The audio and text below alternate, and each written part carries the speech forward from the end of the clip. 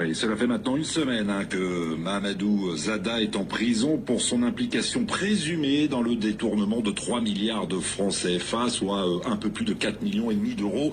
Bonjour Moussa Kaka.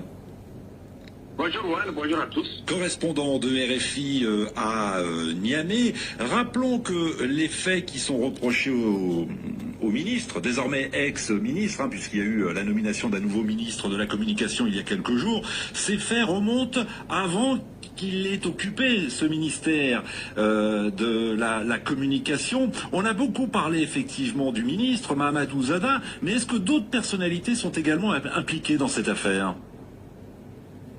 Oui, justement, dans la même affaire, il y a bien sûr d'autres personnes qui sont inquiétées. Le directeur d'exploitation de la coopérative de microfinance Tanadi est déjà en prison. Il a été jugé et condamné à 2 ans de prison. Le directeur de la société, le grand patron donc de Tanadi, est décédé pendant l'instruction. Il a été épinglé aussi, il est décédé à l'hôpital. Une autre dame est aussi en prison. Et aux dernières nouvelles, la fille du ministre elle-même a été entendue par le juge et laissée en liberté. D'accord, donc on comprend bien que Mahamadou Zada n'est pas le seul concerné dans la disparition de ces 3 milliards de francs CFA, des deniers publics qui, précisons-le, ont disparu lorsque Mahamadou Zada dirigeait une entreprise publique, la Sopamine, la Société du patrimoine des mines du Niger. Charmok, vous avez d'autres questions sur ce dossier? Oui, Erwan.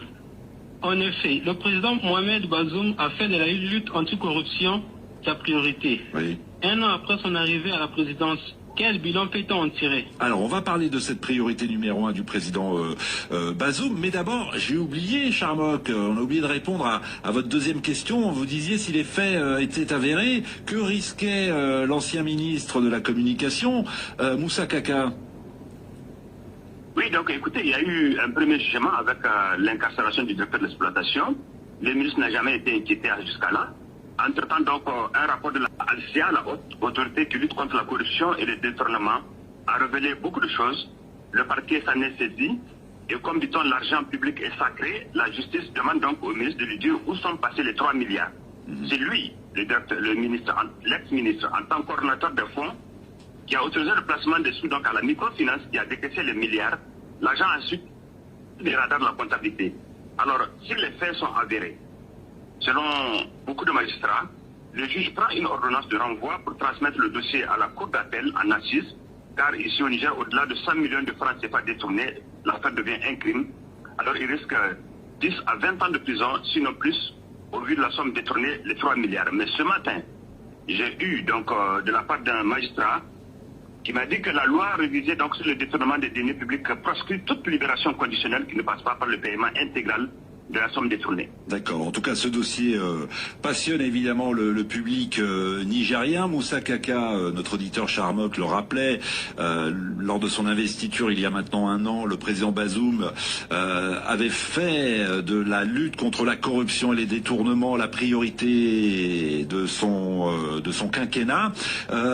Concrètement, sur le terrain, quel bilan peut-on dresser 1 an après ? Donc, un premier bilan, le président Bazoum l'a dit lui-même, il l'a déclaré, une trentaine de hauts cadres de l'État croupissent actuellement en prison et selon ses propres termes, ils resteront pour longtemps. Des grands cadres du Trésor public et un agent de la présidence sont actuellement inculpés pour 8 milliards de francs CFA.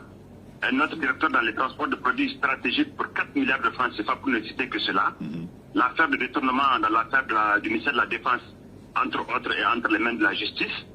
Une première partie a été soldée par l'AJE, l'Agence juridique du Niger, de l'État, disons, et pour un jugement au pénal, les Nigériens attendent vraiment de voir le jugement en pénal de cette affaire du ministère de la Défense, où vraiment beaucoup de grands patrons commerçants ont vraiment jonglé l'argent de l'État. Et on aura l'occasion évidemment de donner la parole aux Nigériens à ce moment-là. Charmok, a-t-on répondu à vos questions? Parfait, Juan. Bonne journée à Brazzaville et un grand merci à Moussa Kaka, correspondant de RFI à Niamey au Niger. Il est 10h10.